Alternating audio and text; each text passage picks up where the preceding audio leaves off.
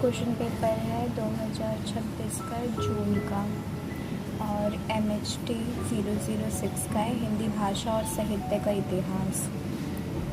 First question था, साहित्य के इतिहास में काल विभाजन की आवश्यकता पर प्रकाश डालिए।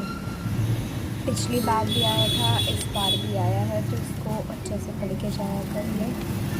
और सेकंड है, सिद्ध और नाथ में अंतर स्पष्ट करते हुए सिद्ध साहित्य की चर्चा करनी है। सिद्ध और नाथ में तो अंतर भी पता होना चाहिए और सिद्ध साहित्य की भी विशेषता पता होना चाहिए। पिछली बार नाथ साहित्य की विशेषता पूछी थी और इस बार सिद्ध साहित्य की पूछी है, तो आप अच्छे से पढ़ना से।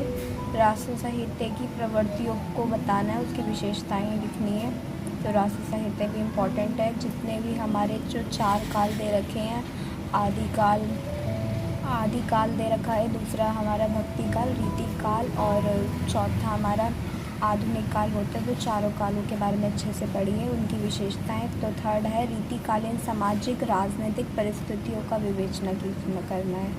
फिफ्थ है, छायावादी काव्य की प्रमुख विशेषताएं। ठीक है, छायावाद वाला भी पिछली बार भी आया था, इस बार भी आया है, तो छायावाद बहुत इम्पोर्टेंट रहता है। इनके कवि जो भी हैं उन सब के बारे में अच्छे से पढ़ें। प्रयोगवादी कविता और एक होती है हमारी प्रगतिवादी कविता, तो प्रयोग और प्रगति दोनों के बारे में पढ़ के जाएं।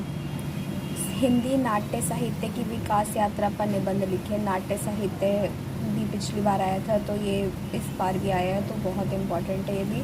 भारतीय भाषा परिवार को विस्तार पूर्वक समझाइए। भारतीय आर्य भाषा भी हो सकता है ये, ठीक है, तो अच्छे से पढ़ना।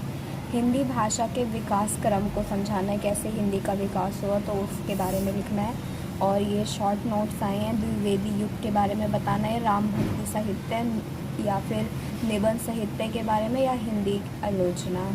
ये क्वेश्चन पेपर आया था, बस इतना ही। अच्छे से रेडी होकर जाएं। Thank you.